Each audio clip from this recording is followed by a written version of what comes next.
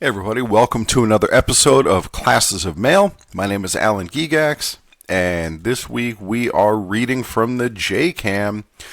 We are on to Article 8. It's the one you've all been waiting for. This is the number one source of grievances for our union stewards because management violates these provisions you're about to hear all the time. It's as though they don't understand the contract and like what the overtime desired list means. But we're going to understand it because we're going to read it. So, I don't know yet whether I'm going to read the whole thing. It's pretty long. We shall see. I guess if you notice that the episode is under an hour, then I didn't read the whole thing. Whatever. Never going to get it if I don't get started. So let's get started. Oh, and I'm going back to my Southern gentleman accent this week. Here we go. Article 8 is Hours of Work. 8.1, Section 1, Work Week. The work week for full-time regulars shall be 40 hours per week, 8 hours per day within 10 consecutive hours, provided, however, that in all offices with more than 100 full-time employees in the bargaining unit, the normal work week for full-time regular employees will be 40 hours per week, 8 hours per day within 9 consecutive hours. Shorter work weeks will, however, exist as needed for part-time regulars. 8.2. Section 2, Work Schedules. A. The employee's service week shall be a calendar week beginning at 12:01 a.m. Saturday and ending at 12 midnight the following Friday. Oh, that was A. B. The employee's service day is the calendar day on which the majority of work is scheduled. Where the work schedule is distributed evenly over 2 calendar days, the service day is the calendar day on which such work schedule begins. C. The employee's normal work week is 5 service days, each consisting of 8 hours within 10 consecutive hours, except as provided in Section 1 of this article. As far as practicable, the 5 days shall be consecutive days within the service week. Service week. 8.2a, 8.2.a defines the service week of bargaining unit employees. The service week begins at 12:01 a.m. Saturday and ends at 12 midnight the following Friday. Defining the service week enables the parties to make and enforce rules about weekly hours guarantees, limits on weekly work hours, overtime paid for work over a certain number of hours during a service week, etc. The service week is not necessarily the same as a week for vacation planning purposes, Article 10.3.e. The FLSA work week also has a different definition, Article 8.4 FLSA overtime. Service day. Article 8.2b defines the service day for pay and overtime purposes. The definition is more important for employees in other crafts than for letter carriers, who are seldom scheduled to work past midnight into another calendar day. The service day is defined as the calendar day on which the majority of work is scheduled. Where the work schedule is distributed evenly over 2 calendar days, the service day is the calendar day on which such work schedule begins. Full-time employee schedules. Read together, Article 8, Sections 1 and 2.c provide that the work week for all full-time carriers, i.e. full-time regulars and full-time flexibles, including unassigned regulars, reserve regulars, and carrier technicians, consists of 5 days, 40 hours per week, and 8 hours per day within 10 consecutive hours. Additionally, in all offices with more than 100 full-time employees in the bargaining units, the 8 hours per day must be within 9 consecutive hours. Days off. The schedule of a regular employee must include fixed or rotating days off on a permanent basis, Article 30.b.2. As far as practicable, the 5 days of an employee's fixed regular schedule must be consecutive days within the service week, Article 8.2.c. 5-minute leeway rule. Regardless of exactly what an employee's regular schedule is, there's the question of whether the employee is compensated for all time worked at either the straight time or overtime rate, whichever is applicable, Article 8.4. The issue often arises in regard to the 5-minute leeway rule contained in the F-21 handbook, incorporated into the national agreement through the provisions of Article 19. Once an employee's time on the clock exceeds the employee's established work schedule for that day by more than 5 minutes, the total time for that day becomes payable time. In an effort to avoid additional costs and administrative burdens, the Postal Service tries to ensure that an employee does not accumulate a daily total of more than 5 minutes of clock time in excess of the employee's scheduled work time, unless, of course, the employee is assigned to work overtime. Still feeling the effects of being sick last time. Anyway, here we go. 8.3, Section 3, Exceptions. The above shall not apply to part-time employees and transitional employees.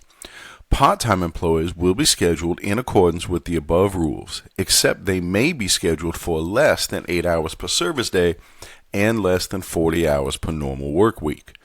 CCA employees will be scheduled in accordance with Section 2A and B of this article. Part-time regulars. Articles 8.1 and 8.2 apply to part-time regulars except that their regular schedule may be less than 8 hours per service day and less than 40 hours per normal work week. The Postal Service may not create part-time regular assignments with 6-day schedules. And there's a citation here. Work schedules of part-time flexible PTF and city carrier assistant CCA employees. Article 8.3 makes clear that the normal work week defined by Article 8.2.c does not apply to PTFs or CCAs who have no daily 8-hour or weekly 40-hour guarantees. Moreover, the language in Article 7.1.8.2 provides that PTFs, quote, shall be available to work flexible hours as assigned by the employer during the course of a service week, end quote, which means that PTFs may be scheduled to work more or less than 5 days per week and more or less than 8 hours per day. The same rule applies to CCAs. Standby. PTFs and CCAs may not be required to remain on standby or remain at home for a call-in on days they are not scheduled to work. I'm going to repeat that, guys. It bears repeating. Standby.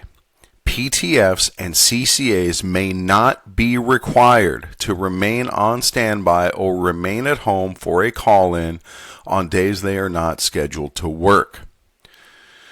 Breaks. PTFs and CCAs receive the same rest breaks as full-time letter carriers when they work 8 hours or more in a service day.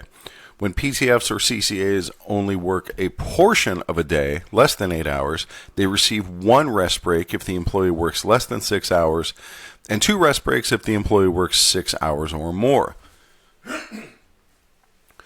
Overtime, PTFs and CCAs. The overtime rate provisions of Article 8.4.b regarding work in excess of 8 hours in a service day or 40 hours in a service week do apply to PTFs and CCAs, as well as all bargaining unit employees, Article 8.4.b. 8.4. Section 4. Overtime work. A. Overtime pay is to be paid at the rate of 1 1/2 times the base hourly straight time rate.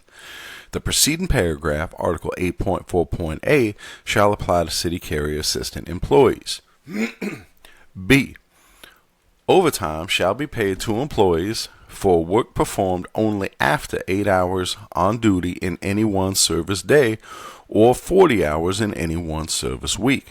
Nothing in this section shall be construed by the parties or any reviewing authority to deny the payment of overtime to employees for time worked outside of their regularly scheduled work week at the request of the employer. The preceding paragraph, Article 8.4.b, shall apply to city carrier assistant employees. C. Penalty overtime pay is to be paid at the rate of 2 times the base hourly straight time rate. Penalty overtime pay will not be paid for any hours worked in the month of December. The preceding paragraph, Article 8.4.c, shall apply to city carrier assistant employees. Postal overtime. All bargaining unit employees are paid postal overtime for time spent in a pay status in excess of 8 hours in a service day and or in excess of 40 hours in a service week. Hours in pay status include hours of actual work and hours of paid leave. Postal overtime pay rate. The contractual overtime rate of pay is 1 1/2 times the base straight time rate. The overtime rate for PTFs is the same as the overtime rate for full-time regular employees in the same step and grade. This rate is slightly less than 1 1/2 times the PTF base straight time hourly rate. This is a consequence of PTFs receiving a slightly higher regular straight-time hourly rate than full-time regulars in order to compensate them for not receiving paid holidays. Article 11.7. FLSA overtime. Totally independent of the contract are those provisions of the Federal Fair Labor Standards Act governing overtime for all bargaining unit employees who actually work more than 40 hours during the employee's FLSA work week. The FLSA overtime rate is 1.5 times the employee's regular rate of pay for all hours of actual work in excess of 40 hours in the FLSA work week. The regular rate of pay is computed by adding the employee's total compensation, including night differential, Sunday premium, territorial COLA, and higher level pay, and excluding pay for leave hours, contract overtime pay, out-of-schedule premium pay, and penalty overtime pay for all hours actually worked, excluding paid leave hours, but including steward's duty time and time off authorized under the 7.01 rule during the FLSA work week, and then dividing the dollar total by the number of hours the employee actually worked during the FLSA work week. Detailed FLSA overtime regulations can be found in ELM Section 443. Because certain pay premiums are included in the calculation of FLSA overtime rate, an employee may receive a higher rate of pay for FLSA overtime than for postal overtime. Penalty overtime rate. The penalty overtime rate is 2 times the employee's base straight time hourly rate. Article 8.4.e provides that, excluding December, PTFs and CCAs are paid at the penalty overtime rate for all work in excess of 10 hours in a service day or 56 hours in a service week. Article 8.4.d provides that full-time regular employees will be paid at the penalty overtime rate for any overtime work in contravention of the restrictions in Article 8.5.f.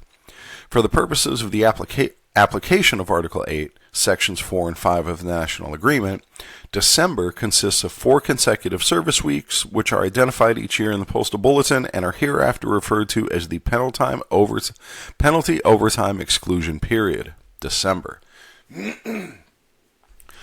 Out-of-schedule premium. 8.4.b refers to the out-of-schedule premium provisions contained in ELM Section 434.6.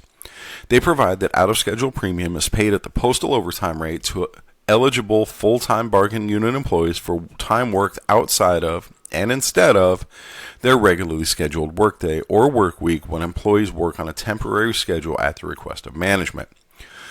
Only full-time regular and full-time flexible carriers may receive out-of-schedule pay. However, this does not preclude part-time employees from receiving a monetary remedy for contractual scheduling violations when warranted by fact circumstances, e.g., violations of Article 41.2.b.4. A full-time flexible employee's regular schedule for the purpose of this provision is the schedule established on the preceding Wednesday, Article 7. An employee does not receive out-of-schedule pay when his or her schedule is changed to provide limited or light duty. And here's a citation.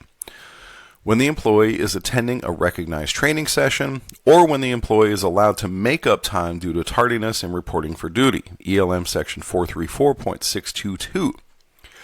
Note also that letter carriers who fill temporarily vacant carrier technician positions under the provisions of Article 25 assume the hours of the vacancy as provided by the pre-arbitration settlement, blah, blah, blah, which states, details of an anticipated duration of 1 week, 5 working days within 7 calendar days, or longer to temporarily vacant carrier technician positions shall be filled per Article 25, 1981 National Agreement.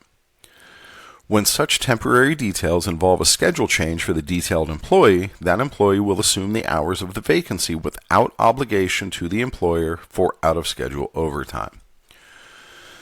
Rules for out-of-schedule premium. In the letter carrier craft, the out-of-schedule premium provisions are applicable only in cases where management is given advance notice of the change of schedule by Wednesday of the preceding service week. In all other cases, a full-time employee is entitled to work the hours of his or her regular schedule, or receive pay in lieu thereof, and the regular overtime rules apply, not the out-of-schedule premium rules. If a notice of a temporary change is given to a full-time employee by Wednesday of the preceding service week, even if this change is revised later, management has the right to limit the employee's work hours to the hours of the revised schedule, and out-of-schedule premium is paid for those hours worked outside of and instead of his or her regular schedule. If notice of a temporary schedule change is not given to a full-time employee by Wednesday of the preceding service week, the employee is entitled to work his or her regular schedule, and the out-of-schedule provisions do not apply. In this case, any hours worked in addition to the employee's regular schedule are not considered out-of-schedule premium hours. Instead, they're paid as overtime hours worked in excess of 8 hours per service day or 40 hours per service week. Out-of-schedule premium hours cannot exceed the unworked portion of the full-time employee's regular schedule. If employees work their full regular schedule, then any additional hours worked are not instead of their regular schedule and are not considered as out-of-schedule premium hours. Any hours worked which result in paid hours in excess of 8 hours per service day or 40 hours per service week are paid at the overtime rate. There is a chart here which explains how out-of-schedule pay works, and it gives examples of hours that you work during your normal schedule and then hours that you would work outside your normal schedule. And if you want to see it, you'll have to actually go look at the thing. It's on schedule 8.6, or it's on page 8.6, 8-6. Dude. Moving on. Daily schedule examples. The following examples, which refer to the chart above, illustrate the out-of-schedule premium rules. So I guess we're going to describe them here. In example 1, doing these examples doesn't really mean much when you can't see the chart. So if you want to see the chart, again, I refer you to page 8-6.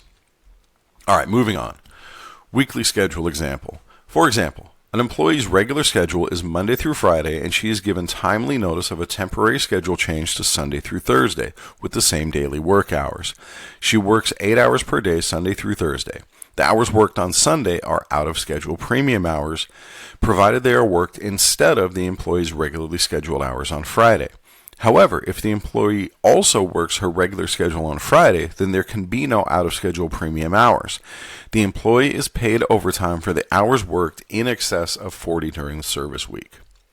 Voluntary schedule changes. There may be situations in which full-time employees wish to have their regular schedules temporarily changed for their own convenience.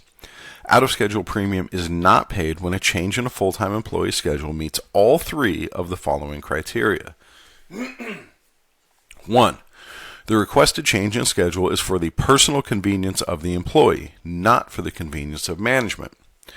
Note that arbitrator games are held in blah blah blah, that management is not relieved of the obligation to pay out-of-schedule premium by informing employees who volunteered for higher level assignments that such assignments would be considered to be at the request of the employee.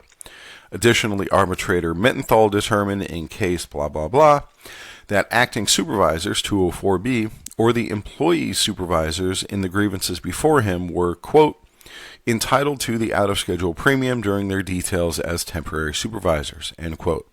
He based his decision on both an October 10, 1975 Postal Service directive, which authorized the payment of out-of-schedule premium to acting supervisors, and the 4-year practice of following that directive prior to the NLRB decision, which management believed supported a change in that policy.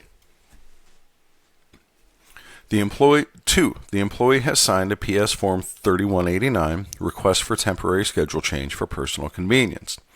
And 3, management and the union's representative, normally the certified steward in the employee's work location, agree to the change and both sign the PS Form 3189.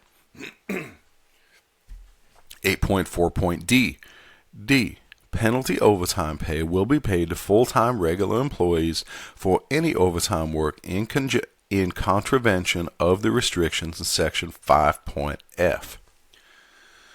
Penalty overtime entitlement of full-time employees. Excluding the penalty overtime exclusion period, December, a full-time employee receives penalty overtime pay at 2 times the base straight time rate, Article 8.4.C, for work beyond the limits stated in Article 8.5.F, which are overtime worked on more than 4 of the employee's 5 scheduled days in a service week, work over 10 hours on a regularly scheduled day, work over 8 hours on a non-scheduled day, or work over 6 days in a service week. This provision applies only to full-time regular and full-time flexible employees. 8.4.e. E.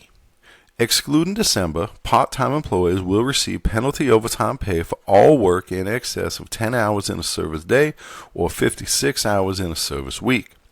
The preceding paragraph, Article 8.4.e, shall apply to city carrier assisted employees. Penalty overtime for other employees. Excluding the penalty overtime exclusion period, December, Article 8.4.e requires the payment of penalty overtime at 2 times the base straight time rate, Article 8.4.c, for all work beyond 10 hours in a service day or 56 hours in a service week. Article 8.4.e applies to PTFs and CCAs. Part-time regulars are in the same category as PTFs for penalty overtime purposes.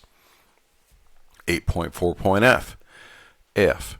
Whenever 2 or more overtime or premium rates may appear applicable to the same hour or hours worked by an employee, there shall be no pyramiding or adding together of such overtime or premium rates, and only the higher of the employee's applicable rates shall apply.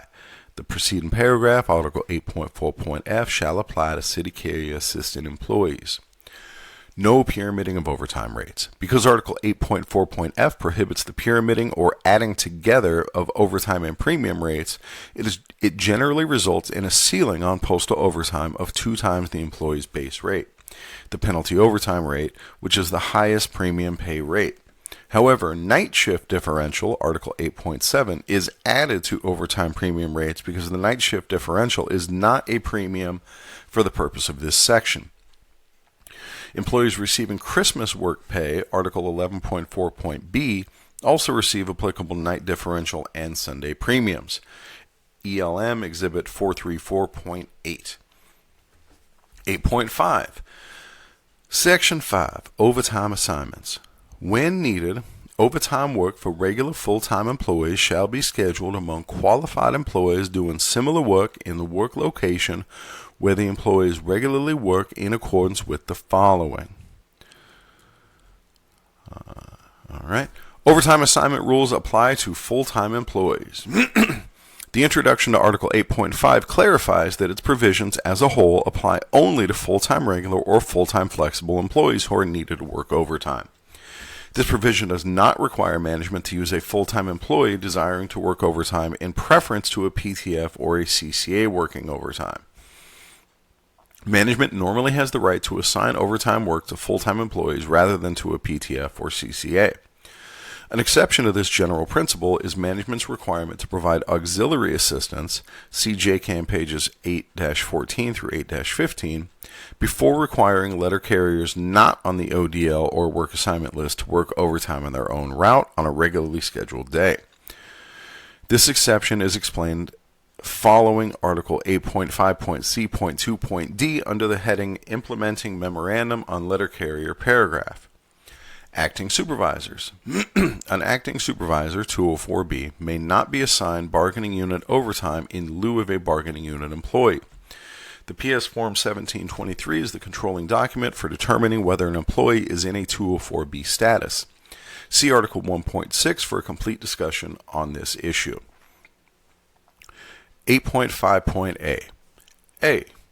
Employees desiring to work overtime shall place their names on either the overtime desired list or the work assignment list during the 2 weeks prior to the start of the calendar quarter, and their names shall remain on the list until such time as they remove their names from the list. Employees may switch from one list to the other during the 2 weeks prior to the start of the calendar quarter, and the change will be effective beginning that new calendar quarter. Signing overtime lists. Full-time carriers, including full-time flexibles who want to work overtime, may place their names on either the overtime desired list, ODL, or the work assignment list, but not both. Carriers may sign a list or switch between lists only during the 2 weeks prior to the beginning of the calendar quarter. There is an exception for employees who are on military leave during the sign-up period. They are always permitted to sign the list upon return to work. And there's a citation here. Carriers newly promoted from PTF to full-time regular status must normally wait until the beginning of the next calendar quarter before they can sign the list, unless the local Memorandum of Understanding, LMOU, provides otherwise. The following rules apply. A full-time flexible letter carrier assigned to another overtime section within an installation during a quarter may sign the ODL or the work assignment list in the new section immediately if he or she was on the list in the old section. See Article 8.5.C.2.C for a discussion of determining equitability in such circumstances. A full-time regular letter carrier who bids or is transferred to another overtime section within an installation may sign the ODL or the work assignment list in the new unit immediately if he or she was on the list in the old section. That's for me. Where was I? In the old section. See Joint Statement on Overtime M-00833. See Article 8.5.C.2.C for a discussion of determining equitability in such circumstances. A full-time letter carrier who is excess to another installation or who exercises retreat rights under the provisions of Article 12 may sign the ODL or the work assignment list in the new installation immediately if he or she was on the list in the old installation. See Article 8.5.C.2.C for a discussion of determining equitability in such circumstances. Additionally, the following MOU applies to this situation. And here we have a memorandum of understanding between the Post Office and the NALC regarding signing overtime lists. The parties agree to the following regarding employees transferred from another installation or part-time flexible city letter carriers and city carrier assistants who become full-time city letter carriers in the installation following the 2-week period for signing the overtime list, Article 8.5.A. The installation head and branch president or their designees may mutually elect to develop a process that allows employees who transfer from another installation or are converted to full-time following the sign-up period to place their names on either the overtime desired list or work assignment list. Local procedures agreed upon pursuant to the terms of the predecessor Memorandum of Understanding regarding signing overtime lists will remain in effect and may only be modified by mutual agreement of the local parties or through the local implementation process. The parties further agree that once a local process is developed pursuant to the terms of this memorandum, it may only be modified by mutual agreement of the local parties. The 1984 National Memorandum of Understanding on Overtime provides that, quote, normally employees on the ODL who don't want to work more than 10 hours a day or 56 hours a week shall not be required to do so, as long as employees who do want to work more than 10 hours a day or 56 hours a week are available to do the needed work without exceeding the 12-hour and 60-hour limitations, end quote. The complete text of this memorandum is reprinted at the end of this article. To implement this agreement, the parties have agreed that an asterisk may be used on the ODL to distinguish between those who wish to work more than 10 hours in a day and those who do not. Once a carrier signs a list, his or her name remains on the list from quarter to quarter until the carrier asks that it be removed in writing. Carriers may remove their names from the list at any time during the quarter. However, management need not immediately honor the request if the employee is needed for overtime work on the day the request is made. See the Joint Statement on Overtime, JCAM pages 8-29 through 8-31. Management may not unilaterally remove an employee's name from the ODL. However, employees on the ODL are required to work overtime except as provided in Article 8.5.E. Here's the citation. 8.5.B. B. Overtime desired list will be established by craft, section, or tour in accordance with Article 30, local implementation. Establishment of ODLs. The subject of whether the ODL is established by section and or tour may be locally negotiated under the provisions of Article 30.B.14. However, as a practical matter, in most installations, letter carriers do not work during more than one tour. LMOU provisions on this subject might provide, for example, that separate ODL be maintained by defined sections, by individual stations, by zones, for parcel post routes, for collection routes, etc. See Article 30 in this publication. The work assignment list is distinct from the regular overtime list discussed in Article 8.5.C.2. It is discussed in a separate section below. 8.5.C.1. C.1. Reserved. Reserve section. In the 1990 and earlier national agreements, this section contained provisions that did not apply to letter carrier craft. When the references to other crafts were deleted in the 1994 National Agreement, Article 8.5.C.1 was intentionally reserved to avoid renumbering the remainder of Article 8.5.C. 8.5.C.2. 5.C.2.A. When during the quarter the need for overtime arises, employees with the necessary skills having listed their names will be selected from the overtime desired list. 5.C.2.B. During the quarter, every effort will be made to distribute equitably the opportunities for overtime among those on the overtime desired list. 5.C.2.C. In order to ensure equitable opportunities for overtime, overtime hours worked and opportunities offered will be posted and updated weekly. Equitable distribution of overtime opportunities. Seniority does not govern the availability of overtime work for those letter carriers who wish to work overtime, nor is overtime distributed on a rotating basis. Rather, Article 8.5.C.2 provides that for those carriers who sign the ODL, overtime opportunities must be distributed equitably, i.e. fairly. This does not mean that actual overtime hours worked must be distributed equally. National Arbitrator Bernstein ruled in blah, blah, blah, that in determining equitable distribution of overtime, the number of hours of overtime as well as the number of opportunities for overtime must be considered. Missed opportunities for overtime, i.e. one ODL carrier worked instead of another, must be made up for with equitable distribution of overtime during the quarter unless the bypass carrier was not available, i.e. the carrier was on leave or working overtime on his or her own route on a regularly scheduled day, etc. See the explanation under Article 8.5.C.2.D. Since full-time flexible employees may have flexible reporting locations within an installation, Article 7, determining whether overtime has been equitably distributed can become complex. Of course, if a full-time flexible works within the same overtime section for an entire quarter, determining whether overtime has been equitably distributed during the quarter is perfectly straightforward. However, a full-time flexible letter carrier assigned to another overtime section during a quarter may be entitled to sign the ODL in the new section immediately if he or she was on the list in the old section, Article 8.5.A. In such cases, the right to an equitable share of overtime is only in the new section and is only determined from the time the full-time flexible letter carrier signed the ODL in the new section. Overtime worked in the section to which previously assigned is not a consideration. However, full-time flexible employees will not be moved to another overtime section solely to circumvent the provisions of Article 8.5.C above.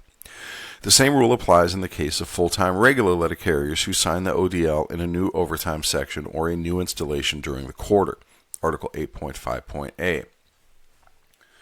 National Arbitrator Howard Gamzer ruled in blah, blah, blah, that the Postal Service must pay employees deprived of equitable opportunities for the overtime hours they did not work only if management's failure to comply with its contractual obligations under 8.5.C.2 shows, quote, a willful disregard or defiance of the contractual provision, a deliberate attempt to grant disparate or favorite treatment to an employee or group of employees, or caused a situation in which the equalizing opportunity could not be afforded within the next quarter, end quote. In all other cases, Gamzer held the proper remedy is to provide, quote, an equalizing opportunity in the next immediate quarter, or pay a compensatory monetary award if this is not done, end quote. National Arbitrator Benjamin Aaron ruled in blah, blah, blah, that management violated Article 8.5 when it assigned a carrier not on the ODL to carry a route on overtime on his non-scheduled day, rather than splitting up the route between available carriers from the list. Aaron ruled that management must have good cause before going off the list. Overtime and annual leave. Normally, employees, including employees on the ODL who have scheduled annual leave, including incidental annual leave, immediately preceding or following non-scheduled days, will not be required to work overtime on the non-scheduled days. The intent of the parties is to allow employees to make advance plans for non-scheduled days. It is not the intent of the parties to create a means to circumvent the scheduling provisions of Article 8. Employees on the ODL, if they desire, may advise their supervisor in writing of their availability to work on a non-scheduled day that is in conjunction with approved annual leave. And there are citations here. Request for temporary schedule change. The intent of submitting a PS Form 3189, which requests an earlier leaving time, is to obtain approval for the employee to leave at that earlier time. Consequently, it is inappropriate for management to approve such a form and then require the employee to work post-tour overtime in other than an emergency situation. When a PS Form 3189 requesting an earlier leaving time is approved, the requesting employee will be passed over for any overtime worked on that day as being unavailable. Thus, no grievances may be filed if employees with an approved PS Form 3189 are passed over. Likewise, no grievances will be filed on behalf of employees required to work overtime as a result of passing over an employee with an approved PS Form 3189. And there are citations. Overtime and holiday scheduling. Much of what is often considered overtime worked by full-time employees on their holiday or designated holiday is not overtime. Rather, it is holiday worked pay or holiday scheduling premium. The only work that is contractually overtime for full-time employees working on a holiday or designated holidays is work beyond 8 hours in a day, ELM Section 434.53. Furthermore, work up to 8 hours on a non-scheduled day assigned under the provisions of Article 11.6 is not considered in determining equitability. This is because the employees assigned the overtime in such situations are not selected from the ODL under the provisions of Article 8.5.C.2.A. Rather, they are selected under the provisions of Article 11.6 and any applicable LMOU provisions. The provisions of Article 11 only apply to scheduling full-time employees to work 8 hours on their holiday, designated holiday, or non-scheduled day. The provisions of Article 8 apply to scheduling work beyond 8 hours on those days. Therefore, only work over 8 hours on a non-scheduled day, holiday, or designated holiday scheduled under the provisions of Article 11.6 is considered and counted toward determining equitability at the end of the quarter. National Arbitrator Mittenthal held in blah, blah, blah, that a regular employee who volunteers to work on a holiday or designated holiday has only volunteered to work 8 hours. A regular volunteer cannot work beyond the 8 hours without supervision first exhausting the ODL. Let me get a drink. All right. 8.5.C.2.D. 5.C.2.D. Recourse to the overtime desired list is not necessary in the case of a letter carrier working on the employee's own route on one of the employee's regularly scheduled days. 5.C.2.E. All overtime hours worked by and all opportunities offered to employees on the overtime desired list, regardless of whether the overtime opportunity is on or off the employee's own route, will be considered and counted when determining quarterly equitability. 5.C.2.F. Only overtime hours worked or opportunities offered beyond 8 hours on a holiday or designated holiday will be considered and counted when determining equitability. Counted toward equitability. The 2019 National Agreement provides that all overtime work by a letter carrier, including carrier technicians, on the ODL counts toward equitability for the quarter. The only exception is for the first 8 hours of holiday premium work performed at 1.5 times the straight rate of pay on a holiday or designated holiday. Pre-arbitration settlement blah blah blah is no longer applicable as written. However, overtime that is concurrent with occurs during the same time as overtime work by a letter carrier on the employee's own route on one of the employee's regularly scheduled days is still not counted as an opportunity missed for the purposes of administration of the ODL. Citation blah blah blah is also no longer applicable. Letter carrier paragraph. For many years, Article 8.5.c.2.d also gave management the right to require a letter carrier working on his or her own route on a regularly scheduled day to work mandatory overtime rather than assigning the overtime to a carrier from the ODL. However, in the overtime memorandum first negotiated as part of the 1984 National Agreement, the Postal Service and NALC added the following qualification known as the letter carrier paragraph. In the letter carrier craft, where management determines that overtime or auxiliary assistance is needed on an employee's route on one of the employee's regularly scheduled days and the employee is not on the overtime desired list, the employer will seek to utilize auxiliary assistance when available rather than requiring the employee to work mandatory overtime. The complete text of this memorandum is printed at the end of this article. National Arbitrator Mittenthal ruled blah blah blah that the letter carrier paragraph is an enforceable obligation. Implementing memorandum on letter carrier paragraph. A memorandum of understanding signed December 20th, 1988, blah blah blah, citation, further explain the requirement to seek to use auxiliary assistance before requiring letter carriers not on the ODL or work assignment list to work overtime on their own route on a regularly scheduled day. CCAs are considered as auxiliary assistance.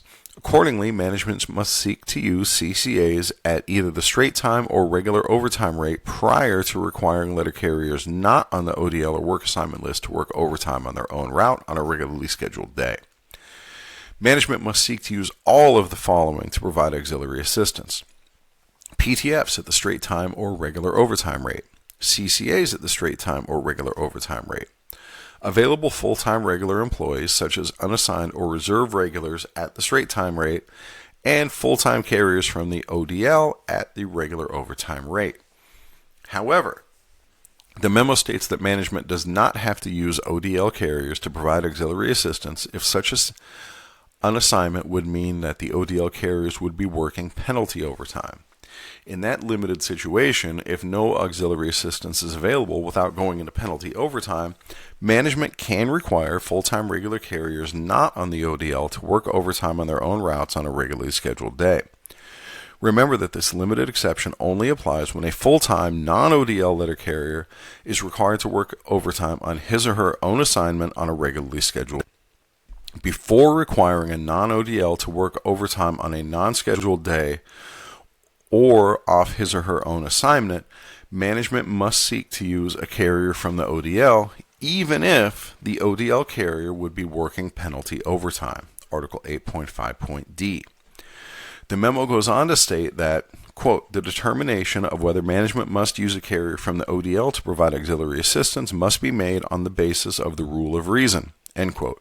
For example, management is not required to use a carrier from the ODL when the travel time would be excessive for the amount of assistance being given. The full text of the memorandum is reprinted at the end of this article. A carrier technician's own route for the purpose of applying Article 8.5.c.2.d and the letter carrier paragraph is the specific route to which the technician's own route is the specific route to which properly assigned on a given day. Overtime on any other route on the string is not considered to be on the carrier technician's own route and may only be required under the provisions of Article 8.5.d below, and their citations. The parties have also agreed to the following MOU regarding temporary assignments of CCAs to other post offices. And here is that memorandum between the post office and the NALC regarding city carrier assistance, temporary assignments to other post offices. The parties agree to the following regarding the temporary assignment of city carrier assistance outside their employing post office, installation, to another post office, installation. 1. CCAs will normally work in their employing post office, but may be assigned to work in another post office in the local travel area. Handbook F15, Section 7-1.1.1.1. Within the same district on an occasional basis. The assignment may be for a partial day or several consecutive days depending on local circumstances. Sunday CCA work assignments are not subject to the occasional basis limitation.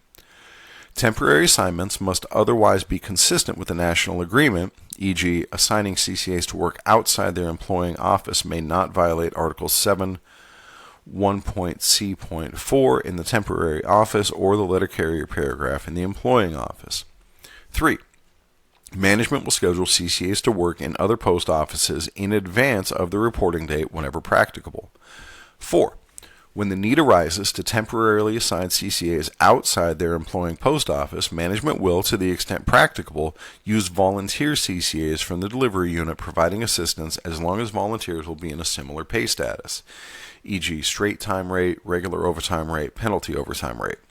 If sufficient volunteers are not found, CCAs from the delivery unit providing assistance will be temporarily assigned to the other installation in reverse relative standing order whenever practicable, as long as the junior CCAs are in a similar pay status. 5. CCAs who are required or volunteer to work outside their employing office may receive payment for mileage for the difference between their residence and employing office, provided the difference is greater. Handbook F15, Section 7-1.1.1.2.d. The procedures outlined above are effective on December 7, 2013. However, either party may terminate this agreement by providing 30 days written notice to the other party. This agreement is reached without prejudice to the position of either party in this or any other matter and may only be cited to enforce its terms.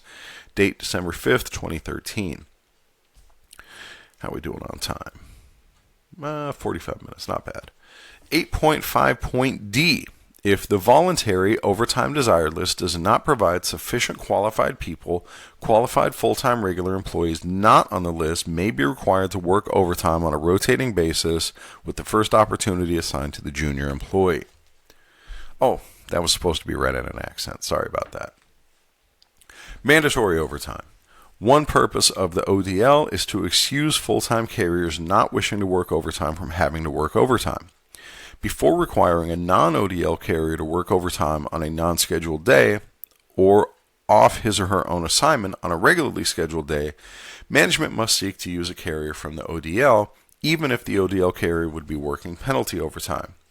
However, if the ODL does not provide sufficient qualified full-time regulars for required overtime, Article 8.5.d permits management to move off the list and require non-ODL carriers to work overtime on a rotating basis, starting with the junior employee.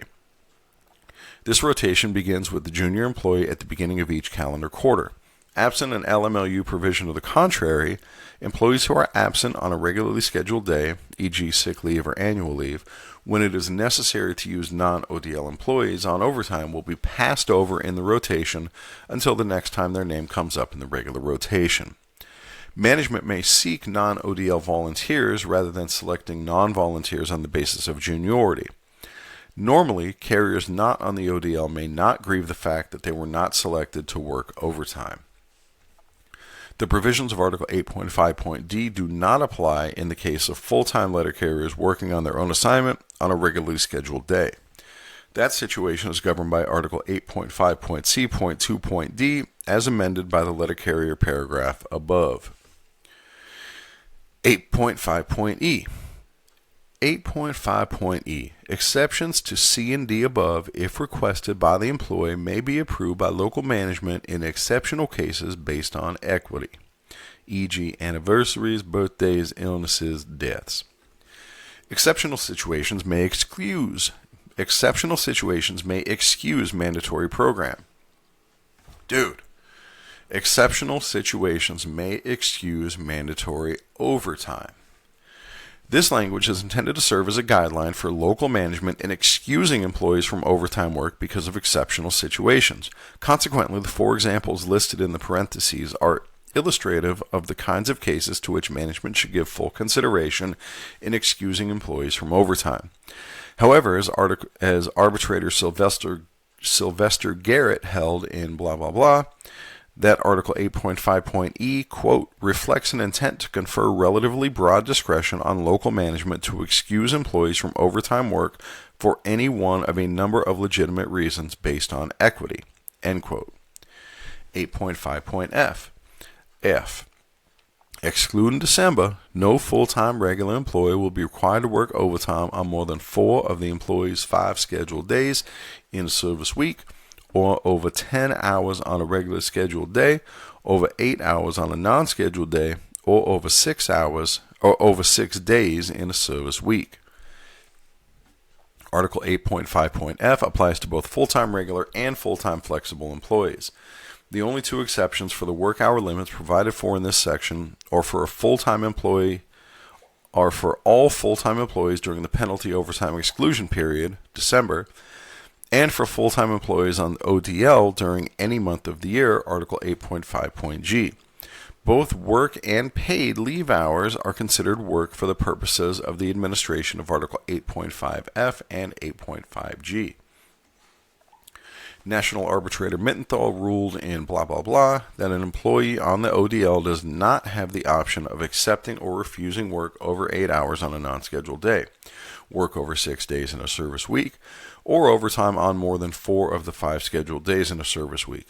Instead, an employee on the ODL must be required to work up to 12 hours in a day and 60 hours in a week before management may require employees not on the ODL to work overtime. Arbitrator Mittenthal's award does not extend to situations involving a letter carrier working on his or her own route on a regularly scheduled day. See the discussion under 8.5.c.2.d and 8.5.g. 8.5.g. G. Full-time employees not on the overtime desired list may be required to work overtime only if all available employees on the overtime desired list have worked overtime up to 12 hours in a day or 60 hours in a service week. Employees on the overtime desired list, 1, may be required to work up to 12 hours in a day and 60 hours in a service week, subject to payment of penalty overtime pay set forth in Section 4.d for contravention of Section 5.f, and 2, excluding December, shall be limited to no more than 12 hours work in a day and no more than 60 hours of work in a service week. However, the employer is not required to utilize employees on the overtime desired list at the penalty overtime rate if qualified employees on the overtime desired list who are not yet entitled to penalty overtime are available for the overtime assignment. Article 8.5.g provides that employees on the ODL may be required to work up to 12 hours per day and 60 hours per week. It further provides that the 12-hour and 60-hour restrictions do not apply to employees on the ODL during the penalty overtime exclusion period, December. Accordingly, management may, but is not required to, assign ODL letter carriers to work in excess of the Article 8.5.g limits during the penalty overtime exclusion period, December. Employees desiring up to 10 hours per day. The 1984 Overtime Memorandum states in part, quote, normally, employees on the overtime desire list who don't want to work more than 10 hours a day or 56 hours a week shall not be required to do so, as long as employees who do want to work more than 10 hours a day or 56 hours a week are available to do the needed work without exceeding the 12-hour and 60-hour limitations, end quote. The complete text of this memorandum is reprinted at the end of this article. The parties have agreed that an asterisk may be used on the ODL to distinguish between those who wish to work more than 10 hours and those who do not. Maximum hours, 60-hour limit. National Arbitrator Mittenthal ruled in blah blah blah that the 12-hour and 60-hour limits are absolutes. A full-time employee may neither volunteer nor be required to work beyond those limits. This rule applies to all full-time employees on the ODL or work assignment list, except during the penalty overtime exclusion period, December. Limitations regarding full-time employees not on the ODL or work assignment lists, PTFs, and CCAs are governed by ELM Section 432.32. ELM Section 432.32 rules apply during the penalty overtime exclusion period, December, and there's a citation. The 1260 limitations are inclusive of all hours, including any type of leave taken consistent with the 20-hour overtime limit. See citation below. Accordingly, holiday leave pay is credited toward the 1260 limitation. Additionally, if an employee works on a holiday for which holiday leave is paid, those hours worked in excess of the holiday leave hours paid would also count toward the 1260 limit. In their citations. In citation, third issue, September 11th, 1987, Arbitrator Mittenthal ruled that an employee sent home in the middle of a scheduled day because of the bar against employees working more than 60 hours in a service week is entitled to be paid for the remainder of his or her scheduled day. On October 19th, 1988, the national parties signed the following Memorandum of Understanding. The parties agree, with the exception of December, full-time employees are prohibited from working more than 12 hours in a single workday or 60 hours within a service week. In those limited instances where this provision is or has been violated and a timely grievance filed, full-time employees will be compensated at an additional premium of 50% of the base hourly straight-time rate for those hours worked beyond the 12 or 60-hour limitation. The employment of this remedy shall not be construed as an agreement by the parties that the employer may exceed the 12 and 60-hour limitation with impunity. As a means of facilitating the foregoing, the parties agree that excluding December, once a full-time employee reaches 20 hours of overtime within a service week, the employee is no longer available for any additional overtime work. Furthermore, the employee's tour of duty shall be terminated once he or she reaches the 60th hour of work, in accordance with Arbitrator Mittenthal's National Level Arbitration Award on this issue, dated September 11th, 1987, and case numbers blah, blah, blah. National Arbitrator Snow held in blah, blah, blah, that the Memorandum of Understanding above provides the exclusive remedy for violations of the 12 and 60-hour work limits in Article 8.5.G.2. Article 8.5G violations during a service week. The remedy of 50% of the base hourly straight time rate provided in the memorandum above applies for each hour worked in excess of 12 on a service day, excluding the penalty overtime exclusion period December, by a full-time employee. The remedy of 50% of the base hourly straight time rate also applies for each hour worked by a full-time employee in excess of the 60 during the same service week, excluding the penalty overtime exclusion period December, in which the full-time employee has exceeded 12 hours in a service day. For example, if during the same service week a full-time employee worked 14 hours on Monday and ended up with 62 hours for the week on Friday, 4 hours would have been worked in violation of Article 8.5.G restrictions. The appropriate remedy in this example would be 4 hours of pay at 50% of the base hourly straight time rate, 2 for Monday and 2 for Friday. In this example, the carrier should have been instructed to clock off and go home on Friday when the 60th hour was reached. The employee would then be paid any applicable guarantee time for the remainder of the service day. In those circumstances where the same work hours of a full-time employee simultaneously violate both the 12-hour and 60-hour limits, only a single remedy of 50% of the base hourly straight time rate is applied. For example, if a full-time employee worked 14 hours on Friday, resulting in a 62-hour work week, only 2 hours would have been worked in violation of Article 8.5.G restrictions. The appropriate remedy in this example would be 2 hours of pay at 50% of the base hourly straight time rate, and here are citations. Maximum hours, 12-hour limit. The overtime limits in Article 8.5.G apply only to full-time regular and full-time flexible employees. However, ELM Section 432.32 provides the following rule that applies to all employees. Except as designated in labor agreements for bargaining unit employees or in emergency situations as determined by the PMG or designee, employees may not be required to work more than 12 hours in one service day.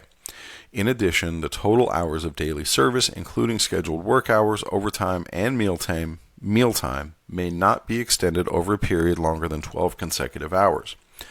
Postmasters, postal inspectors, and exempt employees are excluded from these provisions.